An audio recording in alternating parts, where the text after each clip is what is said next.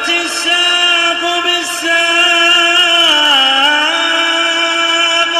إلى ربك يومئذ المساق. بسم الله الرحمن الرحيم. Alhamdulillah hamdan katsiran tayyiban mubarakan fih kama yuhibbu rabbuna wa yarda wa asyhadu an la ilaha illallah wahdahu la syarika lahu wa asyhadu anna Muhammadan 'abduhu wa rasuluh sallallahu alaihi wa ala alihi wa sallama tasliman mazidan la nabiyya ba'da. Ikhwani fillah, hafizakumullah jami'an, kita lanjutkan pelajaran berikutnya masih mengenai syarah penjelasan yang disampaikan oleh Asy-Syaikh Muhammad bin Shalih Al-Utsaimin rahimatullah alaih terhadap pantun atau puisi yang dikarang oleh Al-Imam Al-Amriti rahmatullah alaih, yaitu Nadmil Waraqat. Pembahasan masalah apa? Masalah tingkatan idrak yang 3, yaitu dzan, wahm sama syak. Globalnya sudah kita sebutkan barakallahu fikum. Adzan sama al-wahm sama asyak itu menurut ahli usul lain dengan menurut ahli fikih. Paham ya? Menurut ahli usul itu lain dengan menurut ahlu al-fiqh. Nah, barakallahu fikum. Dari menurut usuliyun berbeda dengan menurut fuqaha. Adapun menurut usuliyun yang namanya dzan itu adalah apa? Dugaan atau sangkaan terhadap sesuatu yang kemungkinan besar dugaannya itu benar. Itu namanya dzan. Paham ya? Globalnya kita jangan pahami itu.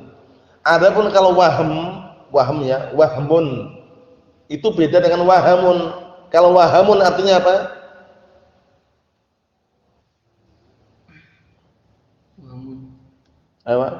Wahamun bi fathi al-ha. Mari di sini terus misalnya masalahnya. Allah Ustaz. Apa? Ragu. Itu wahm, ini wahamun. Kan sekarang yang kita bahas adalah al-wahmu bisukuni al-ha. Nah, kalau wahamun bi fathi al-ha artinya apa kemarin? Benar atau keliru? Keliru. Keliru, artinya keliru. Artinya ghalat. Paham ya? Allah musta'an. Artinya ghalatun. Ingat-ingat ya, artinya ghalatun.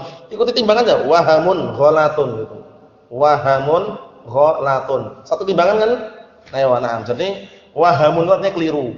Artinya adalah kekeliruan. Nah, barakallahu fikum. Nah, yang diinginkan di sini adalah al-wahm. Nah, kalau al-wahm adalah sangkaan atau dugaan terhadap sesuatu namun kemungkinan besarnya apa? Keliru.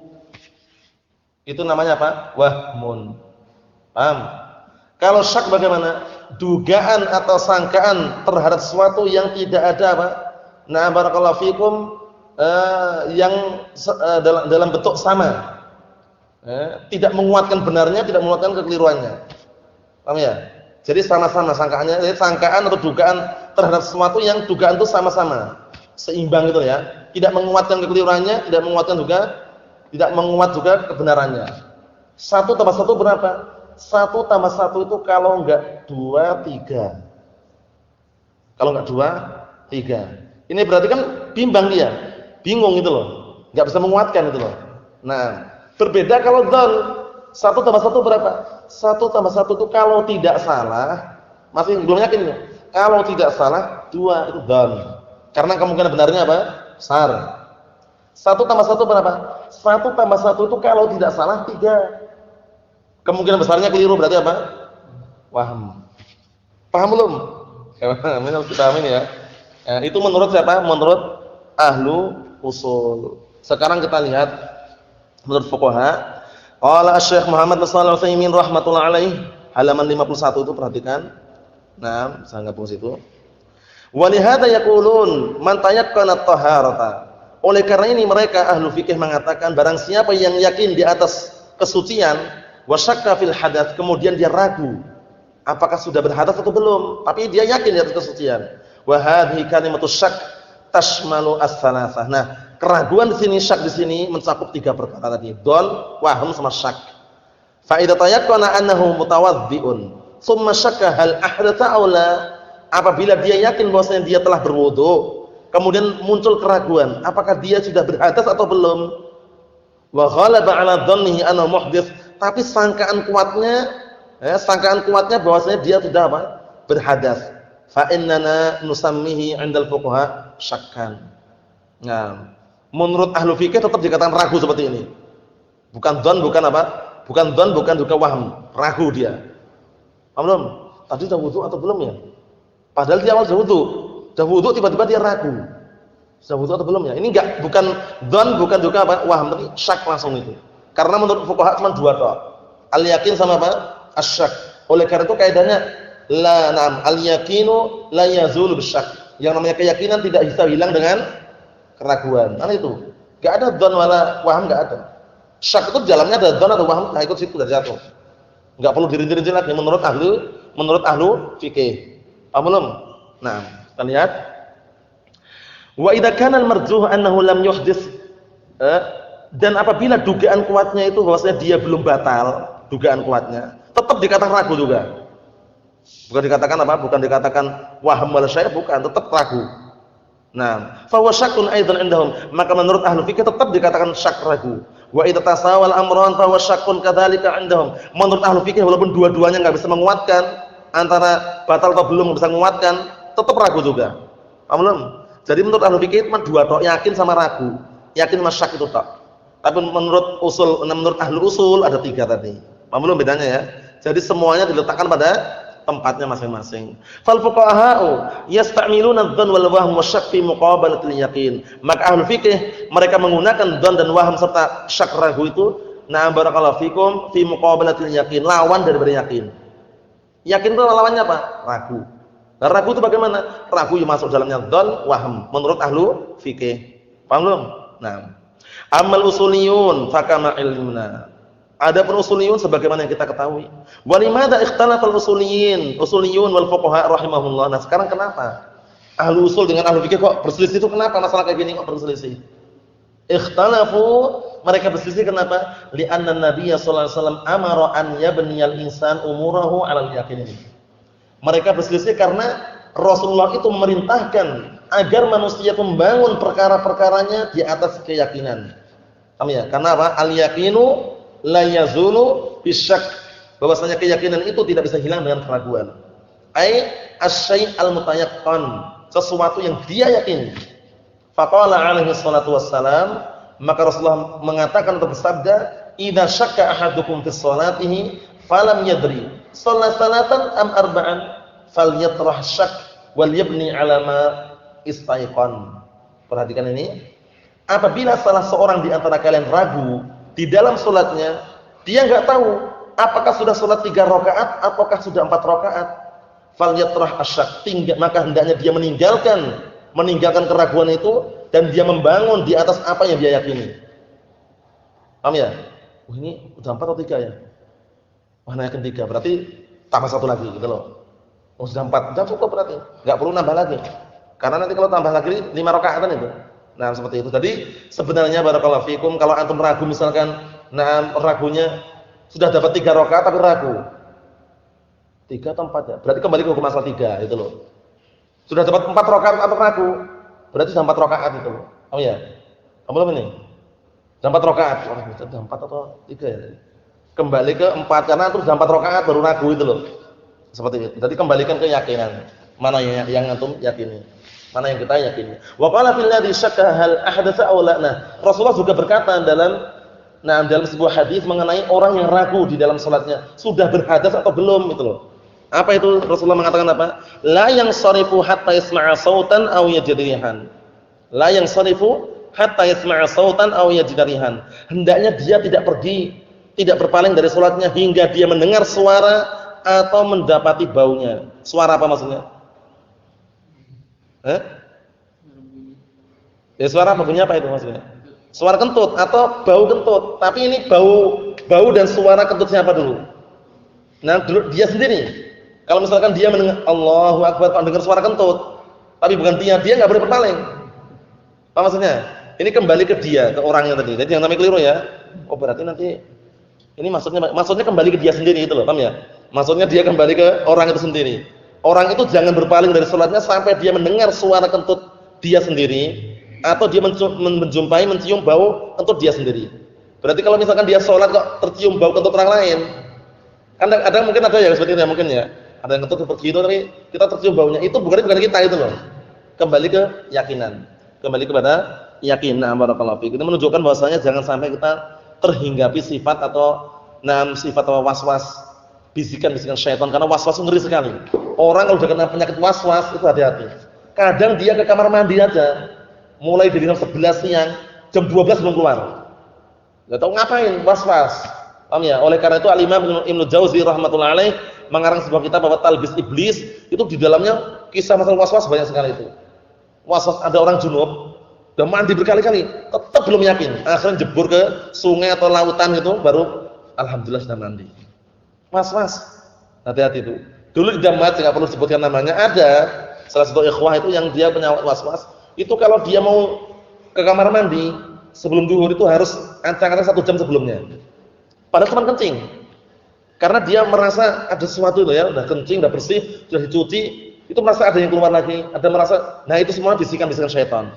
Nah, disebutkan Syekhul Islam Ibnu Taimiyah rahmatullah alaih, yang seperti itu keadaannya hendaknya dia langsung memutuskan. Enggak keluar. Paham ya? Karena kalau kita ngikuti itu terus enggak selesai-selesai. Ada juga orang Yaman waktu itu, ini kisah aja ya. Nah, dia kena was-was ketika wudu. Dia wudu itu basah semua ini. Basah. Enggak tahu wudunya bagaimana, jadi wudu berkali-kali. Orang sudah selesai salat dia masih wudu. Itu ada loh kejadian, kita lihat. Masyaallah. Ujian, itu semua ujian. Jadi penyakit was-was hindari. Karena was-was apalagi dalam ibadah itu susah. Kadang was-was dalam ibadah juga ada dihinggapi ketika was-was baca surat apa? Ketika takbiratul ihram. Ya, biasanya dihinggapi seperti orang sufi ya. Jadi takbirnya harus benar-benar menurut dia tuh gimana ya? Harus pas gitu kalau Allah. Diulang lagi. Allah. Terlalu panjang. Diulang lagi. Seperti itu. Mas. Kalau kita langsung Allah. Kita membangun ibadah kita barakallahu fikum semuanya di atas ilmu, cuman ketika untuk mengepaskan kan dzan. Kalau kita mengepaskan enggak mungkin kita langsung Allahu akbar itu pas. Enggak perlu kan? Dzan aja. Sangkaan apa? Sangkaan benarnya kuat itu loh. Udah apa? Coba pundak atau telinga. Telinganya itu. Jadi enggak perlu Allahu akbar. Belum yakin, lihat dulu ini pas belum. Enggak perlu. Apa maksudnya ya? Ini contoh dalam artian kalau gerakan-gerakan ibadah seperti itu semuanya kita bangun di atas apa? Barakallahu fikum. Di atas dalil, namun untuk meyakinkan itu apa dengan dzan tadi itu. Dalam dzan yang dzan rajih maksudnya. Dzan rajih itu kita yakin sudah pas gitulah. Karena sangkaan kuatnya benar gitu istilahnya. Nah, seperti itu. Berikutnya barakallahu fikum, lakin minal ibadati ma yakfi bihi ghalabatud dzan 'ala al-qaulir rajih. Namun ada sebagian ibadah-ibadah itu yang enggak cukup kalau cuma sekedar apa? Menguatkan dugaan atau prasangka saja menurut pendapat yang kuat. Kamas'alati syak fi shalah, seperti permasalahan ragu di dalam salat. Hal shalah salatan am arba'an? Dia salatnya 3 rakaat, baru 3 rakaat atau sudah 4. Nah, fayatarajjah indahu annahu shalla arba'an aw shalla salatan fa innahu ya'malu bihi. Ini perhatikan ini. Jadi kalau ragu seperti itu, maka hendaknya yatarajjah, dia menguatkan menurut dia bahwasanya dia sudah salat 4 atau salat 3, setelah itu beramal dengannya. Maksudnya dia harus yakin. Misalnya sudah salat udah 4 atau 3 ya. Udah 4 ini. Nah, udah berarti 4 selesai urusan. Oh, udah 3 berarti nambah 1 lagi kalau salat zuhuran itu. Seperti itu harus gitu, kalau enggak gitu nanti kita termakan waswas tadi, enggak selesai-selesai. Naam. Wa kadzalika man syakka fi 'adad tawaf. Demikian juga orang yang ragu mengenai jumlah tawaf. Tawaf itu kan berapa kali? Berapa kali putaran? 7 kali putaran kalau ragu, ini 6 atau 7. Harus yakin di situ, dalam arti harus dipastikan. Wah, ini kayaknya ini sudah 7, sudah selesai ya? Oh, ini baru 6. Berarti nambah 1 lagi. Nah, kalau enggak begitu kan enggak selesai-selesai. Nah, wa fi 'adadis sa'i, dan juga berkaitan dengan sa'i. Safa Marwah berapa juga? 7 kali juga. Harus yakin. Ketika dia ragu harus menentukan itu loh. Ini kayaknya baru 6, buat nambah 1 lagi. Gitu caranya. Oh, berarti sudah 7. Sudah selesai. Nah, wa fi 'adadi al-jamarat, melempar jumrah juga. Idza rama, berapa kali melempar jumrah? 7 lemparan ya? 7 lemparan? Enggak, maksudnya sekali lempar berapa? 3 itu 3 ritual. Ya enggak? Sekali lemparan berapa jumrah? Berapa jumrah? 7 hasayat ya. 7 batu ya. Cuman memang 3. Nah, 3 tempat itu teman istilahnya masing-masing kan 7. Nah, itu nanti ragu 6 atau 7. Dibangun di atas mana yang dia yakini, selesai urusan. Paham itu ya? Nah. Kam hasatan wa tarajja 'indahu ahadul amrayn fa innahu yabni 'ala ghalabatid dhann 'ala al-qaul as-sahih. Nah, dia ragu berapa batu yang sudah dilempar tadi, maka hendaknya dia menguatkan wa tarajjaha 'indahu. Nah, barakallahu fikum ahadul amrayn, maka hendaknya dia menguatkan di sisinya salah satu di antara dua perkara yang diragukan tadi itu. Akhirnya kemudian fa innahu yabni, kemudian dia membangun di atas apa? Dugaan atau sangkaan yang paling kuat 'alal qaul as-sahih. Ini berdasarkan pendapat yang sahih. Jadi kalau ragu langsung dibangun di atas sangkaan yang kuat. Ini baru 6 misalkan, tambah 1 lagi. Gitu caranya. Kalau enggak gitu enggak selesai. Amma 'ala madhhabil Hanabilah fa innahu yabni 'alal yaqin. Adapun menurut pendapat Hanabilah, Imam Ahmad, maka dibangun atau dia harus membangun di atas keyakinan. Wala yumkin an yasta'milad dzann, dan tidak memungkinkan kita menggunakan dzann atau prasangka atau dugaan. Namun barakallahu fikum wa hafizakumullah, gerakan-gerakan salat kita pada asalnya kita istilahnya ingin melakukan dengan secara yakin. Yakinlah semoga pas dan tepat. Tapi kan dugaan tepat, dugaan juga. Paham ya? Menggunakan misalkan kita ngangkat tangan kan hatwa manqibah ya, seperti ini. Ini kan kita pakai prasangka, semoga pas itu. Adapun kalau kita untuk yakin harus lihat. Padahal salat kan enggak boleh toleh-toleh. Nah, berarti kita dibangun di atas tadi. Mau di atas ilmu benar, cuman dugaan kuatnya kita yakin semoga benar gitu aja. Kalau insyaallah ya, semoga pas gitu aja. Nah, sedikit lagi. Idzan tabayyana anna al-ilma idraku syai' 'ala ma huwa 'alaihi. Naam. Jika demikian berarti nampaklah bahwasanya ilmu itu mengetahui sesuatu sesuai dengan hakikatnya. Ingat-ingat ya, mengartikan 'ala ma huwa 'alaihi itu 'ala haqiqatihi. Artinya itu artinya. 'Ala ma huwa 'alaihi artinya 'ala haqiqatihi. Jadi mengetahui sesuatu sesuai dengan hakikatnya itu namanya ilmu. Wa annahu yanqasimu ila qismain, bahwasanya ilmu terbagi menjadi 2, daruriyun wa nadhariyun.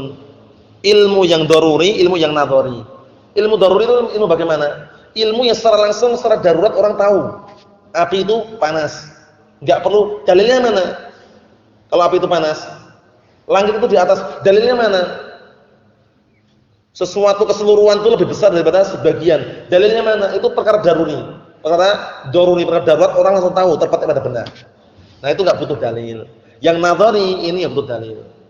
Katanya salat itu harus butuh niat. Naam, dalilnya mana? Innamal a'malu binniyat. Kan itu. Cuman kalau niat salat tidak perlu dilafadzkan karena apa? An-niyah mahalluha fil qalb wa dzikru mahalluhu fil lisan. Paham itu ya? Kaidahnya itu ya. Niat tempatnya hati, kalau zikir di lisan. Nah, enggak perlu kita nawaitu enggak perlu. Naam. Wa annal jahla 'ala qaulis sahih, dan bahwasanya kebodohan itu berdasarkan pendapat yang sahih. Wa adamu idrakus syai', bahwasanya bodoh itu tidak mengetahui sesuatu. Nah, tidak mengetahui sesuatu apapun ini ada 2 jenis. Jahl murakkab sama jahl basit. Kata beliau, wa annahu yanqasimu ila qismain, basitan wa murakkabin. Basit itu istilahnya apa? Kebodohan yang wajar, orang yang enggak tahu. Wa murakkab itu kebodohan yang ganda atau berlipat-lipat. Paham itu ya? Fal basitu adamul ilmi mutlaqan, ya enggak? Maka kebodohan yang basit itu benar-benar dia enggak tahu itu loh. Anak kecil belum belajar tanya 2 tambah 2 berapa? Wallahu alam, enggak tahu. Itu jahl apa namanya? Basit. Nah, ada orang sudah besar, sudah belajar, sok tahu lagi, paham ya? Tanya 2 tambah 2 apa? 2 tambah 2 5 misalkan. Itu nama jahl apa? Murakkab. Kita lihat sini. Wal murakkab huwa idraku syai' 'ala khilafi ma huwa 'alaih. Adapun murakkab itu adalah mengetahui sesuatu, nah barakallahu fikum, tidak berdasarkan hakikatnya. Paham ya? Mengetahui sesuatu 'ala khilafi ma huwa 'alaih. Mengetahui sesuatu di atas apa? Di atas ini kalau diartikan letterlek enggak bisa. Artikannya enggak letterlek ini. Artikannya 'ala haqiqatin. Jadi 'ala khilafi haqiqatin. Jadi mengetahui sesuatu menyelisih daripada hakikatnya gitu. Kalau antum artikan setelah letter, rusak nanti artinya apa? Perhatikan. Mengetahui sesuatu di atas menyelisih apa-apa yang dia berada di atasnya. Panjang kan? Orang bingung apa maksudnya ini. Ngartikannya apa? Ngartikannya langsung ma huwa 'alaihi itu hakikatnya. Jadi idraku syai' 'ala khilafi haqiqatihi. Mengetahui sesuatu, na barakallahu fikum, menyelisih daripada hakikatnya. Udah. Hakikatnya 2 tambah 2 berapa sih hakikatnya? Berapa? 4. Paham ya? Nah, kalau dia malah mengatakan 5 berarti menyelisih hakikatnya. Seperti itu. Na'am barakallahu fikum. Wa tabayyana lana annal idrakat tanqasimu ila yaqin wa dhannin. Dan telah nampak pada kita semuanya bahwasanya idrakat, pengetahuan manusia itu terbagi menjadi yakin dan dhon wa waham wa syak. Ingat ya, yakin, dhon, waham sama syak. Wa hadha 'inda siapa? 'Indal usuliyyin. Amma 'indal fuqaha fa yaqulun imma yaqinun wa imma syakkun. Fuqaha cuma dua aja, yakin atau syak dah. Untuk ahli usul ada 4. Yakin, syak, dhon, waham. Kalau yakin namanya ilmu maksudnya. Karena ilmu itu apa? Dengan adanya ilmu akhirnya terwujudkan apa namanya? Yakin. Nah, barakallahu fikum. Fayudkhiluna ad-dhann wal wahm fi syakki. Maka mereka masukkan dhann dan waham itu pada asyak, itu keraguan. Ba'da dzalika intaqala al-mu'allif ila ta'rifi usul fiqh, yakni ma huwa usul fiqh bi'tibarihi isman li hadzal fan. Maka setelah itu beliau al-mu'allif al-imam al-Amriti rahmatullah alaih akan berpindah atau beliau berpindah untuk memberikan definisi usul fikih itu apa. Maksudnya adalah apa? Apa itu usul fikih? Ditinjau dari nama. Nah, barakallahu fikum li hadzal fan, untuk studi atau bidang usul fikih ini. Apa itu usul fikih? Itu pembahasannya insyaallah taala kita lanjutkan pada pertemuan yang akan datang. Subhanakallahumma wa bihamdika asyhadu an la ilaha illa anta astaghfiruka wa atubu ilaik.